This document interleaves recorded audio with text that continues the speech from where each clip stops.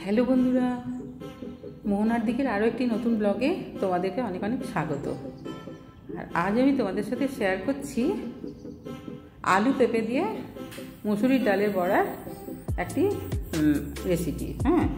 তো আর এটা কিন্তু নিরামিষ নয়।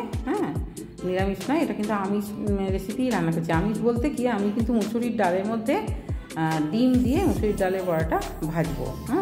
তো সেই জন্য এটা যেদিন মাছ মাংস বাড়িতে থাকে না সেদিন কিন্তু আমার এই আমি যেভাবে রান্নাটা করেছি এই বড়ার তরকারিটা, এটা একবার রান্না করে তোমরা দেখো। মাছ মাংসের কথা কিন্তু সত্যি সত্যিই ভুলে যাবে, এটা এত টেস্টি হয়। তবে আমি যে প্রসেসে বানিয়েছি, আমি কি কি দিয়েছি সমস্ত ভিডিওটা অবশ্যই তোমাদেরকে দেখতে হবে। তার জন্য না দেখলে তো বুঝতে পারবে না যে আমি কিভাবে করেছি।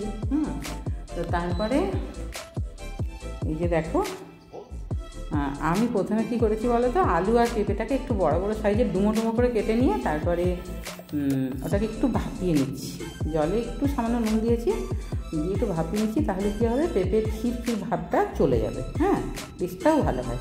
তারপর দেখো, মুসুরির ডাল নিয়েছি, এখানে খুবই কম নিয়েছি, আমার যতটা লাগবে।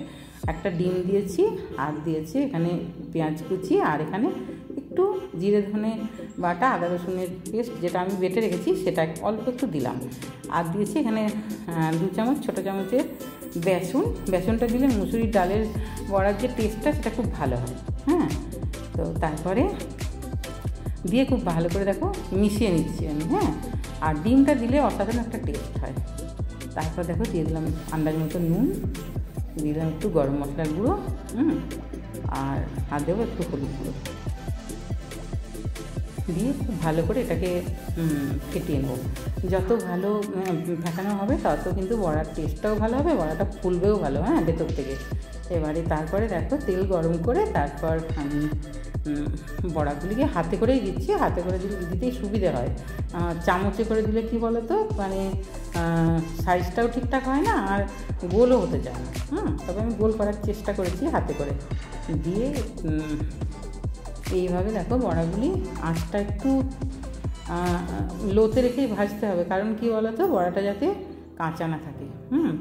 ভেতর থেকেও সেদ্ধ হয়ে যাবে, ওপরটাও বেশ একটা সুন্দর কালার চলে আসবে।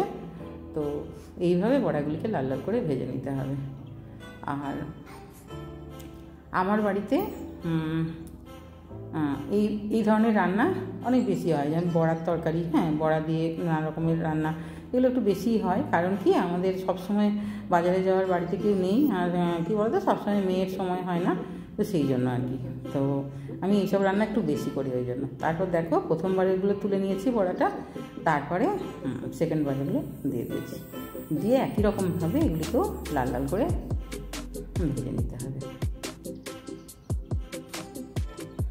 আর এটা কিন্তু ভাত ডাল এমনি তরকারির সাথেও কিন্তু এই যে বড়াটা, এটা কিন্তু খেতে অসাধারণ হয়। যেহেতু একটা ডিম মিক্সড আছে না, ডিমটা দেওয়া থাকলে কী বলো তো, বড়ার টেস্টটা অনেক বেড়ে যায়। তো এটা এমনিও খেতে খুব ভালো লাগবে। তবে ঝোলটা করলে এটা কিন্তু রুটির সাথেও খুব ভালো হয় খেতে, বড়ার ঝোলটা হলে। এবারে আমার বাচ্চারা যেমন কি শুধু বড়া বলতো, আমাদের জন্য বড়া ভাজা রেখে দেবে, আমরা ভাজা খাবো, সেরকম আর কি। তো যাই হোক, এবারে বড়াগুলো হয়ে গেছে, এবারে তুলে নিয়ে তারপর তেলের মধ্যে আমি দিয়ে দিয়েছি গোটা জিরে আর 5 ফোড়ন। ফোড়নে তো আঁচটা একটু বাড়ানো ছিল আমার, সেই জন্য দেখো জিরেটা সাথে সাথে লাল হয়ে গেছে। তো তারপরে আমি এখানে দিলাম পেঁয়াজ কুচি, আঁচটা আমি এখন কমিয়ে দিয়েছি। কমিয়ে দিয়ে এবারে আমি দেবো হলুদ গুঁড়োটা। আর হলুদ গুঁড়োটা তো কমিয়ে দিতে হবে, কারণ কি, হলুদ গুঁড়োটা তো পুড়ে গেলে তো মানে সবই নষ্ট হয়ে যাবে। তো হলুদ গুঁড়োটা দিয়ে একটু ভাজা ভাজা করলে কালারটাও সুন্দর আসে, টেস্টটাও খুব সুন্দর আসে। আমি সমস্ত রান্নাতেই এটা করি, তোমরা দেখে থাকবে। তো তারপরে এর মধ্যে দেবো মশলা বলতে কি, জিরে ধনে আদা রসুনের পেস্ট, জিরে ধনে খুবই কম, দেখো জিরে ধনে বাটা আর আদা রসুনের পেস্ট। অসাধারণ মানে লাগে, একটু কম মশলা দেওয়াটা আমি পছন্দ করি। খুব বেশি মশলা থকথকে না, ওই ব্যাপারটা আমার ভালো লাগে না। তো সেই জন্য দেখো মশলাটা দিয়ে খুব ভালো করে কষিয়ে নিয়ে তারপরে এর মধ্যে দিয়ে দিলাম লাল লঙ্কার গুঁড়ো।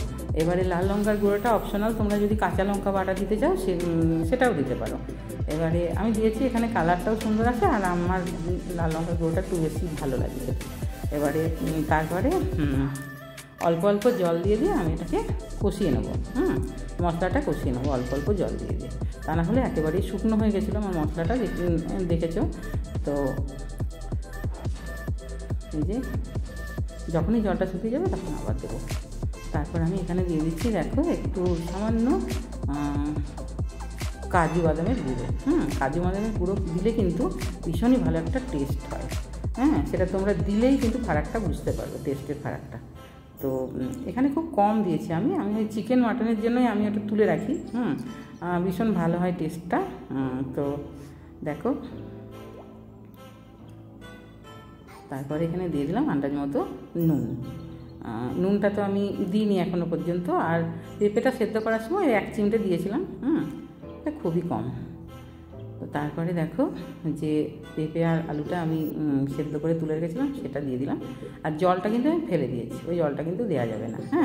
কারণ ওটা জলটা একটুখানি বললাম না, পেঁপেটা একটু ভাপিয়ে নিলে পেঁপের যে খিরখির ভাবটা সেটা চলে গেলে না, পেঁপে যারা খায় না তারাও কিন্তু খাবে। পেঁপের একটা সুন্দর টেস্ট আছে তখন। এমনিতে আমার ছেলেমেয়েরা তো ছোটো থেকে পেঁপেটা খেতই না, তারপরে আমি এই ধরনের রান্নাবান্না করে তবে জানি খাইয়েছি আর কি। তারপর দেখো অল্প অল্প জল দিয়ে আমি এটাকে কষিয়ে নিচ্ছি। আর জল একটু দিয়ে কষাতে হবে, তা নাহলে পুড়ে যাওয়ার ভয় আছে।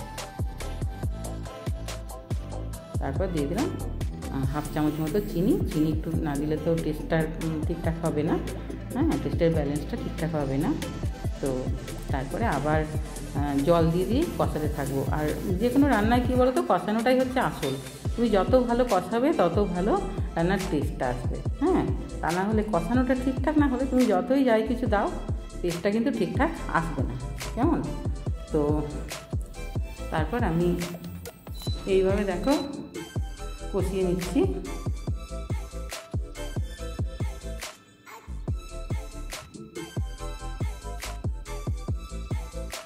তারপরে এখানে আমি দেবো একটু গরম মশলার গুঁড়ো।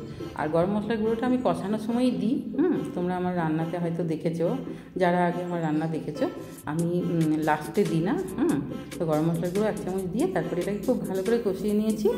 এবারে বেশ অনেকক্ষণ ধরেই কষিয়েছি। এবার কষানোর পর তারপর দেখো হয়ে গেছে। এবারে আমি জল দিয়ে দিচ্ছি। আর জলটা একটু বেশিই দিতে হবে, কারণ আলু পেঁপেটা তো সেদ্ধ হয়নি। আলু পেঁপেটা শুধু একটু গরম জলে ভাপিয়ে দিয়েছিলাম। এবারে তারপর এটাকে আমি জলটা একটু বেশি দিয়েছি, কারণ সেদ্ধও হতে হবে। তারপরে বড়া দিলে আবার ঝোলটা টেনে নেবে, তো সেই জন্য। তারপর আমি এটাতে একটু ঢাকনা বন্ধ করে বেশ কিছুক্ষণ রান্না করে নিয়েছি। 10 মিনিট মতো, 10-12 মিনিট মতো আমি রান্না করে নিয়েছি আঁচটা লোতে রেখে। তারপর দেখো ঢাকনাটা খুলেছি।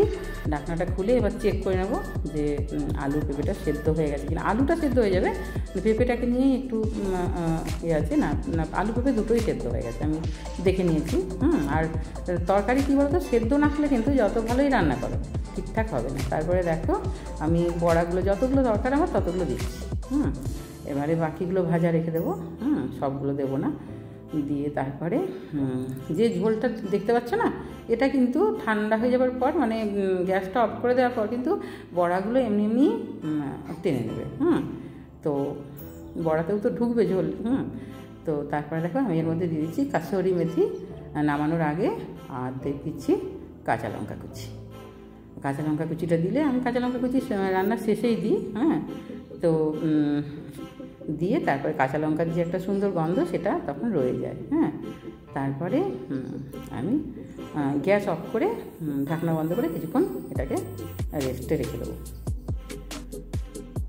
তাহলে হয়ে গেল আমার আলু পেঁপে দিয়ে মুসুরির ডালের বড়ার ঝোল। তো দেখো এই যে আমি একটা প্লেটের মধ্যে নিয়ে নিয়েছি। কি অসাধারণ হয়ে যাবে, এটা কিন্তু খেতেও অসাধারণ হয়। আমার প্রসেসে একবার তোমরা অবশ্যই বানিও, দেখবে বাড়িতে কিন্তু সবাই ভীষণই পছন্দ করবে। আর